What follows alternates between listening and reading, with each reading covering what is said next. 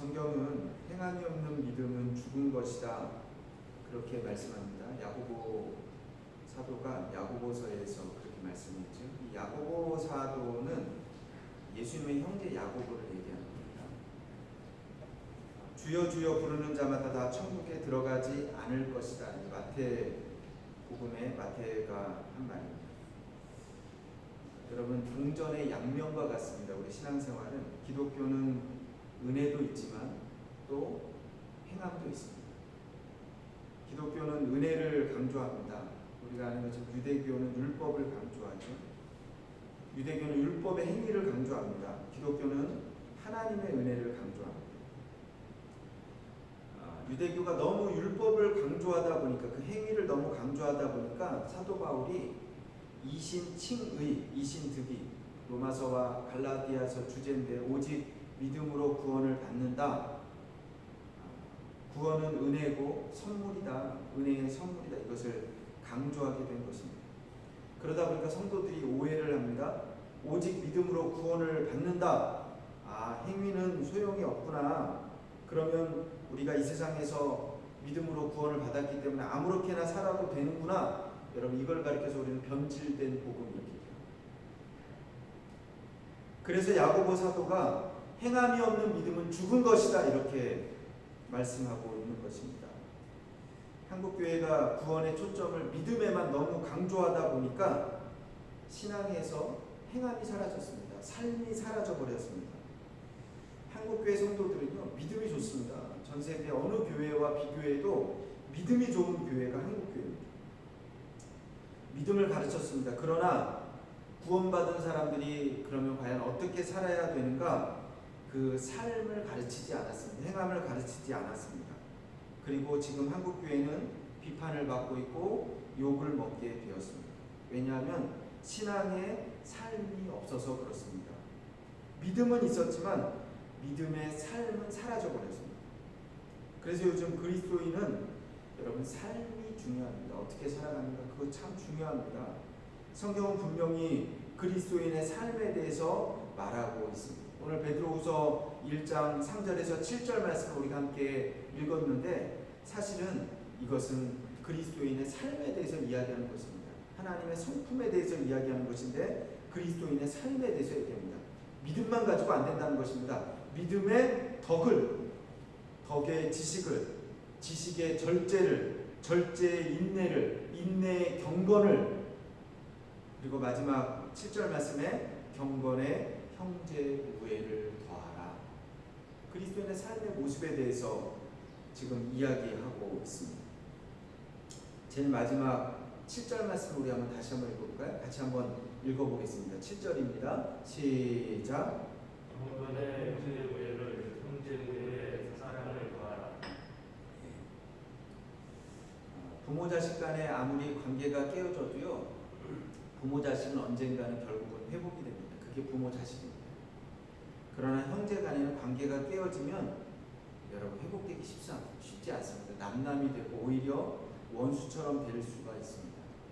우리나라 재벌가들을 보면 현대, 두산, 동아, 롯데, 한진, 한화, 삼성까지 대그룹이 형제 간의 유산상속 문제로 다 법정 싸움에 걸려있는 걸 우리가 봅니다. 오늘 하나님의 성품에 형제 우애가 나옵니다. 그리스도인의 삶의 모습 중에 형제 우애를 더하라. 여러분 왜 그런지 아세요? 형제 우애가 어렵기 때문에 그렇습니다. 왜 우애가 깨어지는가? 형제 간에 사실은 가장 큰 원인은 부모에게 있습니다. 부모들이 아이들을 키우면서 가장 많이 잘못하는 것이 있는데 그게 뭐냐? 바로 편애라는 거죠. 편애. 첫째 아이를 낳습니다. 그 아이를 부모가 온 정성을 다해서 아이를 사랑을 합니다. 그런데 조금 지나서 1년, 2년 지나서 이제 둘째가 태어나죠. 그러면 그 사랑이 자연히 어떻게 돼요? 옮겨갑니다. 우리가 우리나라 어른들이 그 내리사랑 그러잖아요. 사랑은 점점 이렇게 내려가는 거예요. 동생에게로 그 사랑이 넘어가죠. 그러면 첫째 아이가 어떻게 하냐면 틈만 나면 동생을 괴롭힙니다. 제가 그런 얘기 많이 들어요. 첫째 아이가요, 이제 둘째 동생 태어나고 누워있는데 가서 엄마 아빠 없을 때 눈을 찌르기도 하고요. 베개로 얼굴을 누르기도 하고요. 막 꼬집기도 하고. 우리 아이도 그랬던 것 같아요. 어렸을 때 보면 우리 딸이 동생 얼굴에 이렇게 물을 확 부었던 적이 있어요. 누워있는 아이가. 지금도 그 이야기를 자기들끼리 합니다. 아동 심리학자가 그렇게 얘기합니다. 아이들이 자라면서 싸울 때, 첫째와 둘째가 싸울 때 부모가 그거 잘 조종해야 된다는 겁니다. 조종하지 못하면 그러면 그 아이들 마음속에 분노가 생기는 거예요. 분노가. 여러분, 큰애와 둘째가 싸우면 엄마가 누구를 야단치는지 아세요? 대부분 10중 8구는 큰아이를 야단칩니다. 두 아이가 싸우죠? 그럼 엄마가 뭐라 그러니까 큰아이에게 다 큰애가 왜 그래? 그러면서 큰아이를 혼냅니다. 여러분, 큰애들이 참 불쌍합니다. 제가 가만 보니까 그런 것 같아요. 아이들이 태어날 때 보면 연년생으로 태어날 때도 있죠. 겨우 2살뿐이 되지 않았어요. 그런데도 불구하고 그 큰아이에게 뭐라 그러냐면 다 큰애가 왜 그래? 2살 더 3살뿐이 되지 않았어요. 그런데 3살뿐이 되지 않은 애가 다 그런 거예요. 여러분, 억누르면서 분노를 사깁니다. 위축이 됩니다. 그러면요, 둘째 아이가 그걸 보고 자라잖아요. 둘째 아이가 기회를 노립니다. 아이들이 어려서부터 착하다고요? 여러분, 그러지 않아요. 6개월이 지나면서부터 아이들은요, 이게 거짓말을 배우기 시작합니다. 거짓 울음을 울기 시작하고. 저는 많이 봤습니다. 형이 때리잖아요. 사실은 때리지 않아도요, 동생이 울어요. 그러면요, 형이 혼나거든요. 그럼 그거 보면 그 다음에도 먼저 문제가 생기면 여러분 그거 이용합니다. 잔머리를 굴린다고 하잖아요. 동생들이. 부모가 없을 때는 그러면 형이요, 동생을 또 때리고. 그러면 부모가 돌아오면 동생은 또 그거를 부모에게 일르죠. 여러분, 성경에도 그런 관계가 얼마나 많은지 아세요?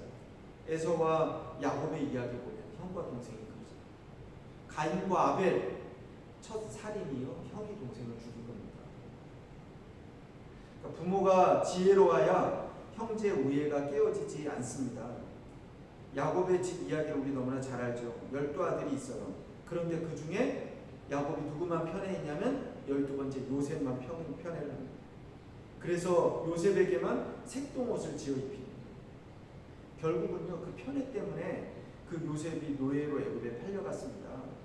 부모가 지혜롭지 않아서 아들이 노예가 돼서 팔려가는 것입니다. 그러니까 우리가 자녀들을 양육할 때 정말 필요한 게 있는데 그게 바로 지혜입니다. 부모는 지혜로워야 돼요. 지혜로. 여러분, 탐욕이 형제간의 우애를 깨뜨립니다. 대기업의 형제 싸움들을 보면 먹을 것이 없어서 싸우는 건 아닙니다. 집이 없습니까? 돈이 모자랍니까? 아니요. 그거 바로 탐욕입니다. 탐욕. 내가 조금 더 가지기 위해서 싸웁니다. 그게 탐욕입니다. 탕자의 비유를 보면 탕자가 집을 나갔죠. 그리고 이제 모든 것을 다 탕진하고 돌아옵니다. 돌아왔을 때 아버지는 너무너무 기뻐서 송아지를 잡고 그리고 가까운 지인들을, 친구들을 초대해서 잔치를 벌입니다. 그런데 거기 보면 형은 어떻게 하는가? 형은요, 그것을 보고 화가 나요. 화가 나서 집에 들어오지도 않습니다. 여러분, 그게 왜 그러냐면 탐욕 때문에 그렇습니다. 탐욕 때문에. 우리 안에 탐욕이 들어오면 모든 관계가 깨어지는 것입니다. 부모 자식 간의 관계도 탐욕 때문에 깨어져요. 형제 간의 관계도 탐욕 때문에 깨어집니다. 그래서 여러분, 분명히 우리가 기억해야 되는 형제 간에는요, 돈거래를 하면 안 돼요. 꾸어주고 빌려주고, 여러분, 이거 형제 간에 절대 그러면 안 됩니다. 형제 간은 그냥 주는 것이죠. 형제 간은 그냥 주는 것입니다. 성도 간에도요, 절대로 금전관계를 하면 안 됩니다. 교회 안에서 돈을 빌려주고 빌리고 그렇게 하면은 분명히 문제가 생깁니다. 그러니까 항상 그렇게 얘기하잖아요. 사람이 문제가 아니고 항상 돈이 문제입니다. 돈이. 줄 수 있으면 그냥 주면 돼요.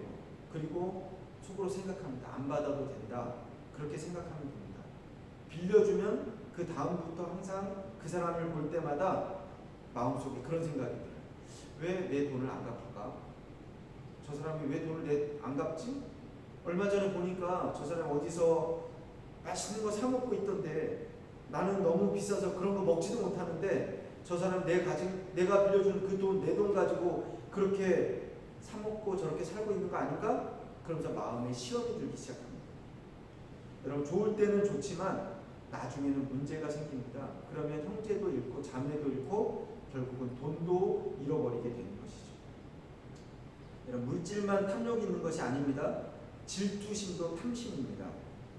자녀들을 키우면서 그런 것 같아요. 요즘 아까 우리 안수 집사님 기도할 때에 이제 대입을 앞둔 자녀들을 위해서 기도하잖아요. 누군가 자녀가 좋은 대학에 가면 여러분 질투하지 마세요. 함께 기뻐하고 축하할 수 있기를 바랍니다. 그러니까 형제 간에도 그런 것 같아요. 특별히 여러분 사촌 간에 이게 참 어려워요. 사촌 간에 서로 비교가 되거든요. 제가 제 여동생이랑 아들 둘 있고 저는 딸 아들 있고 이렇게 있어요. 근데 두 아이들이 다 학년이 똑같아요. 나이가 똑같은 애들이 나서 2001년생, 2003년생. 여러분 그러다 보니까요, 자기들끼리, 우린 말하지 않는데 자기들끼리 이게 막 이렇게 서로가 이렇게 뭔가 모르게 비교가 되는 것 같아요. 경쟁이. 여러분 비교하지 마세요. 그냥 축하해 줄 수 있기를 간절히 소원합니다.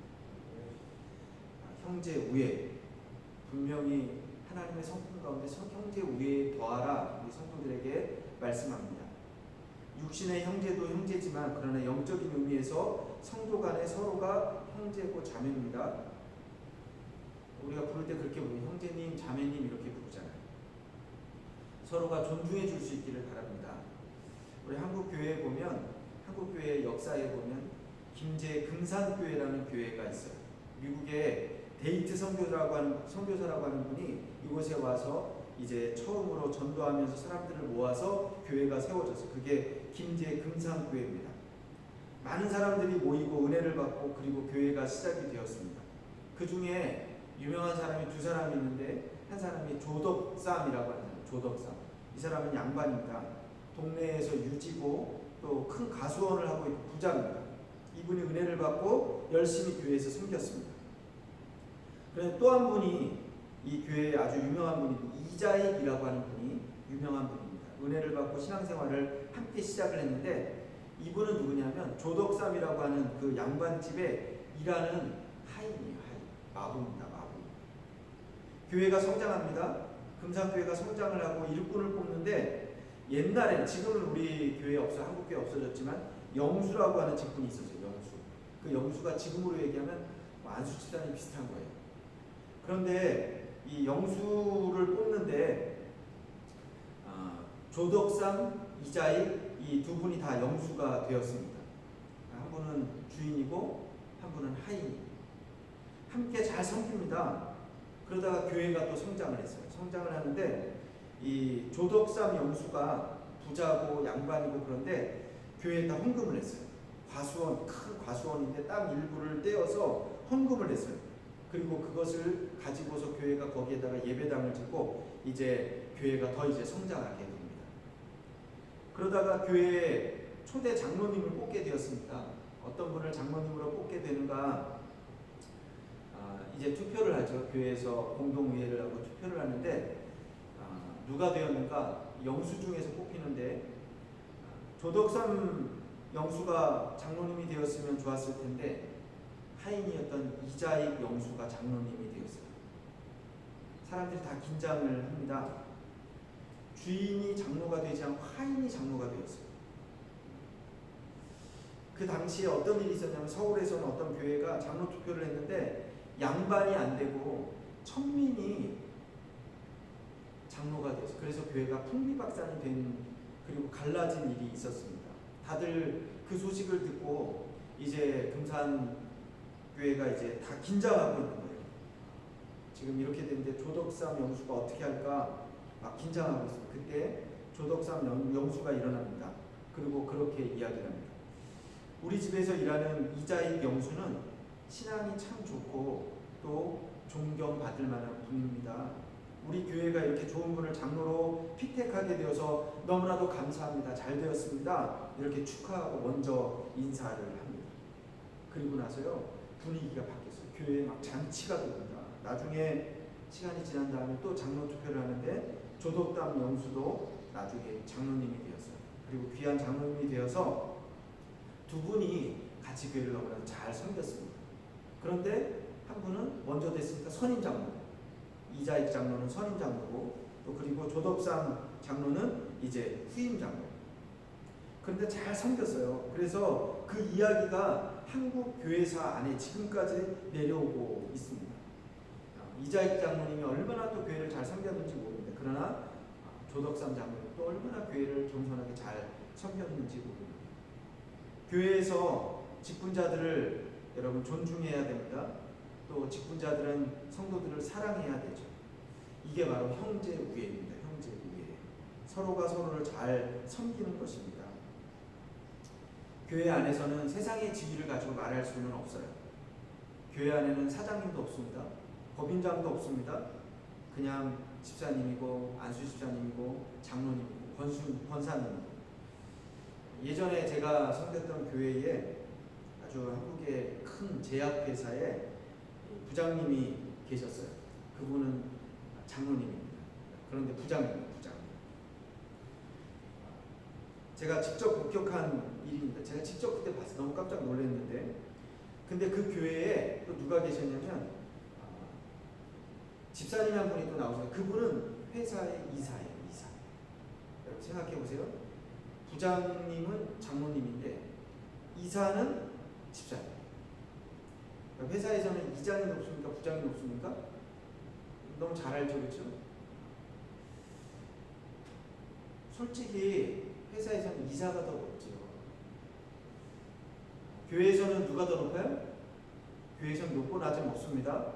그러나 누가 더 어른으로 섬겨야 되는가? 장로님이죠. 장로님. 예배 마치면은요, 우리 교회도 그렇죠. 지금 코로나로 우리가 인사하지 않지만 예배 마치면 목사님들이 인사를 해요. 탁 서서 목사님들이 인사를 해요. 목사님 쓰고 부목사님들 쓰고 인사를 해요. 그럼 부목사님들 다 지나가는 뒤에 장로님들도 같이 서서 인사를 합니다. 제 옆에 그 부장 장로님이 옆에 서 계셨는데 그 집사님이 이사죠. 집사님이 이제 인사를 하고 나오는 거예요. 담임 목사님부터 인사를 하고 부목사님 인사를 하고 또 저에게도 인사를 이렇게 오는 거예요. 그런데 딱 그 장로님 앞에 섰어요. 부장님 앞에 선 거예요. 딱 섰는데 어떻게 했냐면 제가 보고 깜짝 놀랐어요. 딱 서서 탁 쓰는 거예요. 뭐라 그러면 그렇게 얘기합니다. 김 부장 이렇게. 그때 장로님이 아우 이사님 이렇게. 그 모습이 어떤지 한번 상상을 해보세요. 여러분 교회 안에는요 사장님 없어요. 사모님 없습니다. 사모는 우리 집사람이 사모죠, 그렇죠? 서로 잘 섬길 수 있길 간절히 소원합니다. 내가 먼저 사랑하는 것이 형제의 우애입니다. 우리나라 옛날 고전 이야기 중에 의 좋은 형제 이야기 있잖아요. 옛날에 TV 광고에도 그런 거 있어요. 형님 먼저, 아우 먼저. 형제가 같이 농사를 지었습니다. 같이 추수를 해서 의 좋게 똑같이 나눠 가졌어요. 그런데 동생이 생각합니다. 형님 댁은 식구가 많은데 곡식이 더 많이 필요하지 않을까? 그래서 밤에 몰래 그 곡식을 옮겨다는 형님 집. 그런데 형도 또 똑같이 생각하는 거예요. 동생은 아직 신혼이라서 사야 될 물건들이 많을 텐데 내가 좀 더 갖다 줘야 되겠다. 그래서 또 같이 밤에. 다음날 보니까 곡식단이 도로 똑같이 있는 거예요. 그래서 또 그 다음날도 몰래 가져다 놓았습니다. 다음날 보니까 분명히 줄어야 되는데 똑같습니다. 그래 그 다음날도 똑같이 하고. 그런데 캄캄한 밤에 형이 곡식단을 짊어지고 걸어가는데 앞에 누가 곡식단을 짊어지고 오고 있어요. 누굽니까? 동생이잖아요. 동생. 여러분 한 사람이 정말 좋은 자전거를 가지고 있었습니다. 누가 봐도 좋은 자전거 한 대를 가지고 있는데 잘 손질해서 닦고 있었어요. 그 모습을 한 어린아이가 지켜보고 있었습니다. 너무 부러운 눈으로. 그리고 질문합니다. 아저씨 이 자전거 비싸게 주고 사셨지요? 그렇게 얘기를 합니다. 근데 이 자전거를 닦고 있던 사람이 이 아이를 보면서 이렇게 얘기합니다. 아니 이 자전거는 우리 형님이 나에게 선물로 주신 자전거란다. 정말로 좋은 거고 정말 귀한 거야. 그렇게 이야기를 했어요. 그 말이 끝나자마자 이 소년이 부럽다는 표정을 짓습니다. 그러면서 이야기 나도 그런 거야. 나도 이렇게 말을 시작을 합니다. 아저씨는 속으로 생각하는 거예요. 이 아이가 이렇게 얘기해요. 나도 그런 형이 있었으면 좋겠어요. 나도 그렇게 좋은 형이 있었으면 좋겠어요. 라고 말할 줄 알고 기다리고 있어요. 그런데 이 소년의 입에서 뜻밖의 말이 나왔어요. 나도 그렇게 좋은 형이 되었으면 좋겠어요. 여러분 이거 아주 감동적인 말입니다. 여러분 함께 좋아하고 함께 아파하고 이것이 형제 우애입니다. 제가 우리 교인들에게 가끔 그런 질문을 합니다. 다른 사람이 슬퍼할 때 함께 슬퍼하는 것이 더 어려운가? 다른 사람이 기뻐할 때 함께 기뻐하는 것이 더 어려울까? 나는 안 됐는데 다른 사람이 잘 됐으면 여러분 기뻐할 수 있습니까? 내 아이는 대학에 못 갔는데 다른 집사님 아이는 좋은 대학에 갔어요. 여러분 기뻐할 수 있습니까? 이게 힘든 문제입니다. 그러나 함께 아파하고 함께 좋아하는 것이 형제 우애입니다. 오늘 말씀을 분명하게 우리는 기억할 수 있기를 바랍니다. 믿음의 덕을, 덕의 지식을, 지식의 절제를, 절제의 인내를, 인내의 경건을, 경건의 형제 우애를 더하라. 이것이 하나님의 성품입니다. 하나님의 성품에 참여하는 저와 여러분이 되길 간절히 소원합니다.